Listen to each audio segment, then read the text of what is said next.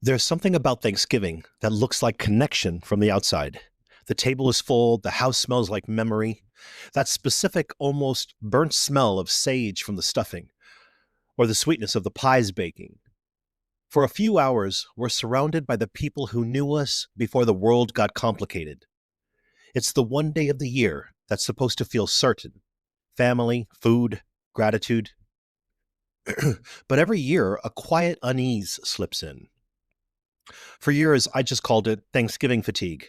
You know the feeling, right? It's that long, heavy exhale when the door finally closes, when the last guest finally leaves, and the sound of their car fades down the street. It's in the way someone, maybe it's you, maybe it's your mom, stares a little too long at the sink full of dishes, as if rinsing away the emotional residue of the day. We call it exhaustion, but it's often something else. I've learned to recognize it in myself. It's not the physical fatigue of cooking or the social fatigue of talking. It's the deep, bone-weary fatigue of performing. It's the hidden anxiety that comes from pretending that being together is the same thing as feeling connected. We are sold a very specific image of this holiday. It's a Norman Rockwell painting. It's a Hallmark movie. It's the idea that if we just get all the bodies in the same room, if we just cook the same food and follow the same script, connection will magically appear. Thanksgiving was built on this lovely, simple idea: proximity equals belonging. That if we gather, we'll feel close. Yet psychology shows us, and our own lives confirm, that emotional connection is not spatial. It's not measured in feet or inches. It's measured in attunement. You can sit 2 feet from someone and still feel miles apart. And you can feel deeply, profoundly seen by someone who's on the other side of the world, someone you're just texting with.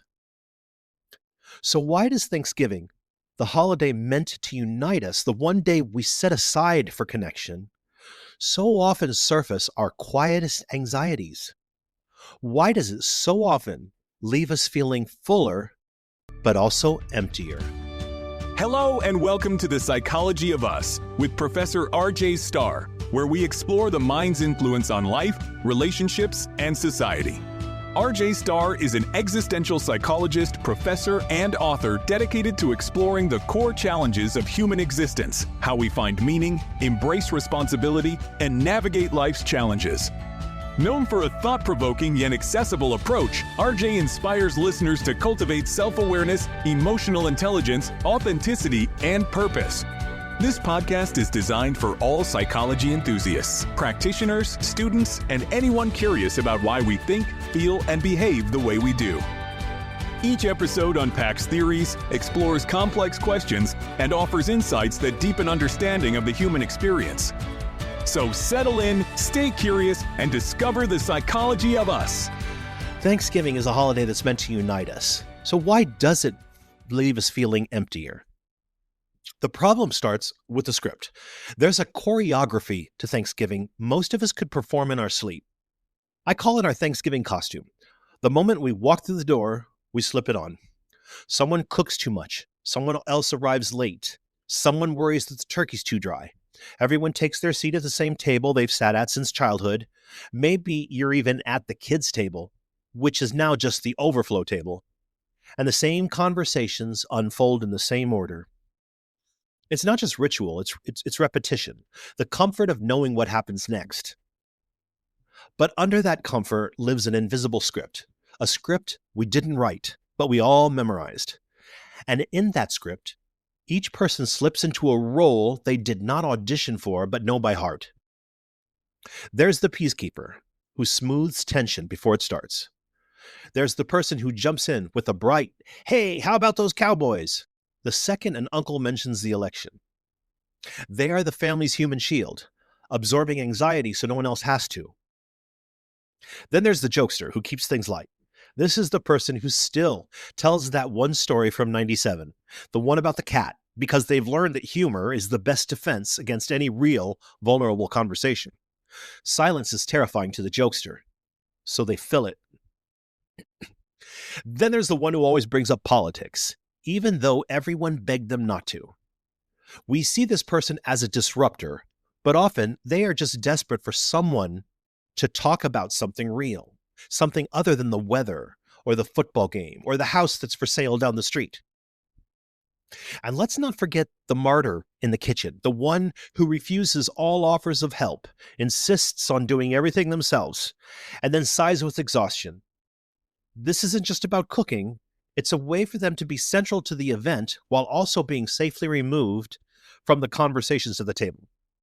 It's a performance of service that's also a form of control.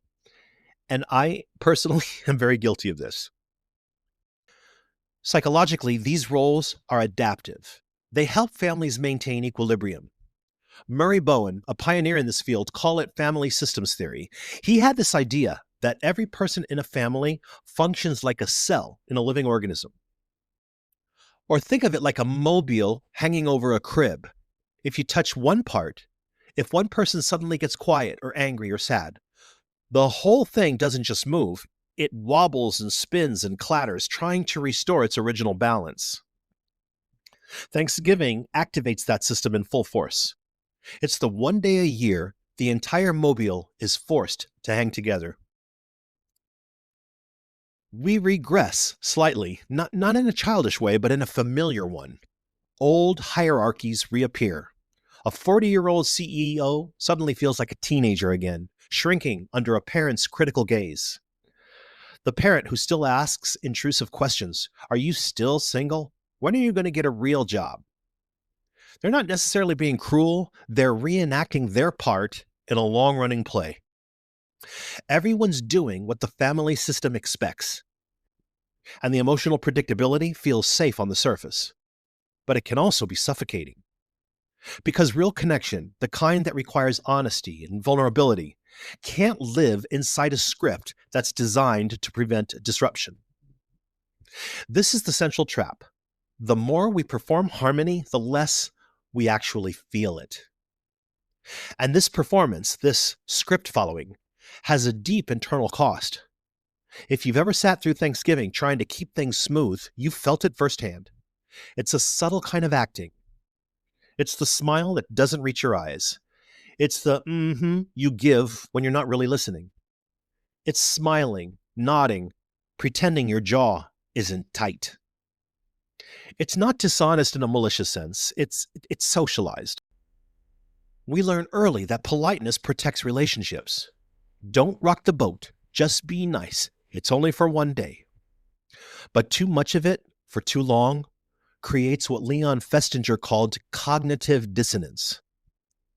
This is really just a clinical sounding name for that awful internal tension between the image we project, "Oh, I'm so happy and grateful to be here and see you all," and what we actually feel inside. "I'm lonely, I'm sad, I'm bored, I'm angry." It's the ache of inauthenticity. Maybe you spend the day saying how thankful you are, but underneath you're grieving a loss, grieving a disappointment, grieving the person who isn't at the table this year. Or maybe you're grieving a version of your life that didn't unfold as planned. You're surrounded by family, but you're mourning the family you didn't get to have, or the career you thought you'd have by now, or the partner you wish you could bring home. You can feel the split, the part of you that wants to belong and the part that wants to be honest. And Thanksgiving intensifies that split because it asks us to feel grateful on command. Gratitude, when it's genuine, emerges spontaneously. It's a feeling that bubbles up. But when it's prescribed, when someone says, "Let's all go around the table and say one thing we're thankful for," it can feel like pressure, right? It's like being told to have fun. It's the fastest way to make the feeling disappear. It turns gratitude from an experience into a performance. We mistake compliance for connection, thinking that if everyone just plays along, if everyone just says they're grateful, the warmth will appear. But emotional safety doesn't come from avoiding conflict. It comes from knowing that conflict will not destroy love.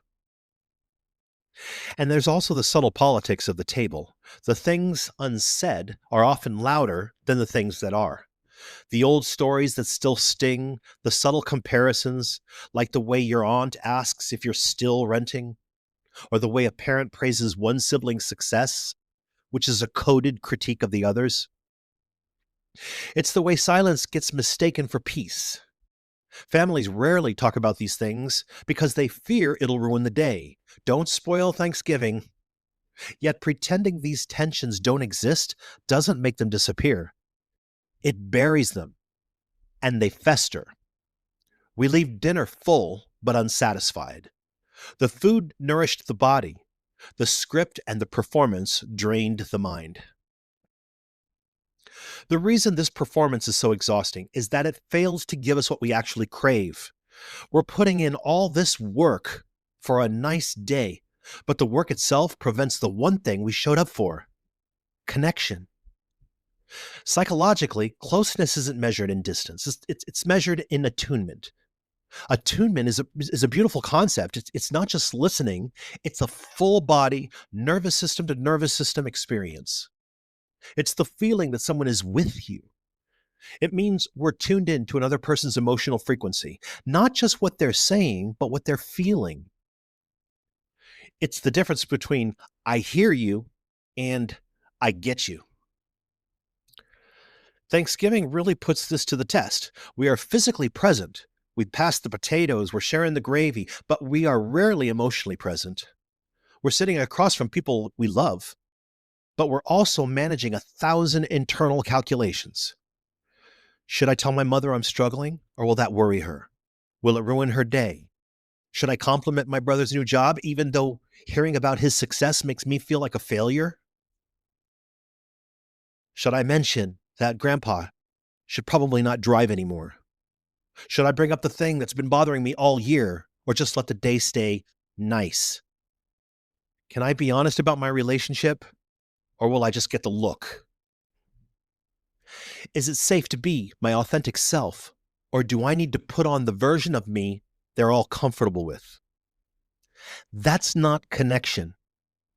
Let's be honest, that's emotional management. It's triage.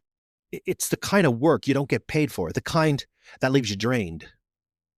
It's the feeling of being an air traffic controller for everyone else's emotions, all while trying to land your own plane. And it's exhausting, right? Part of this exhaustion comes from what psychologists call emotional fusion, which is just a fancy way of saying we can't tell where our feelings end and another person's begins. In a fused family system, disagreement feels like betrayal. An opinion different from the family's right opinion feels like an attack to them. So instead of expressing difference, people mute themselves to preserve peace. We swallow our thoughts. We bite our tongues. We just go silent. The irony, of course, is that this self-silencing erodes the very closeness everyone claims to value. The healthy opposite of fusion is differentiation. That's the ability to be in emotional contact with someone and still be your own separate self. It's the ability to say, I love you and I disagree with you, and to know that both can be true. It's the capacity to hold on to you even when you're in a room full of them. But most family systems, especially on a high-stakes day like Thanksgiving, are not built for differentiation. They're built for fusion. They are built for sameness. We've been taught that connection means harmony, but real connection requires friction, the freedom to be authentic in the presence of others. When everyone's too careful, the conversation becomes a performance, and the table becomes a stage. Sometimes the hardest place to be yourself is the table where everyone insists they know you best. What does it really mean to be human? The Psychology of Being Human, an authoritative guide to mind, emotion, and meaning, is the groundbreaking new book by R.J. Starr. Already critically acclaimed for its clarity and depth, this book goes beyond pop psychology and quick fixes. It's a comprehensive guide to the mind, to the emotions that drive us, and to the meaning that shapes our lives. Starr connects powerful psychological insight with everyday experience, showing how understanding yourself also changes the way you see the world. The Psychology of Being Human is more than a book. It's the definitive reference for anyone who wants to live with greater awareness and deeper understanding.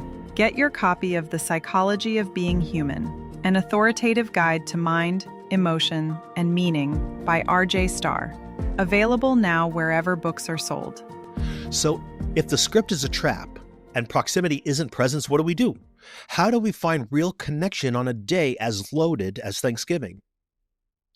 Well, it starts not by changing everyone else, but by changing our own goal. It starts by shifting from expectation to appreciation. If you strip away the layers of tradition, Thanksgiving is a ritual built on hope, the hope that we can pause long enough to notice what matters. But somewhere along the way, we turn that hope into an expectation, a crushing expectation. Be grateful, be cheerful, be close. And when we can't meet that expectation, when the day feels tense or lonely or just flat, we assume something's wrong with us or something's wrong with our family. We forget that discomfort doesn't mean disconnection. It often means growth. It means we're aware. So the first step, the real task of Thanksgiving, isn't to feel a certain way. It's to give yourself permission to notice how you actually feel. What if we just gave ourselves a break this year? What if we gave ourselves permission? Permission to be quiet. Permission to not be on. Permission to feel a little sad, even on a day that's supposed to be happy.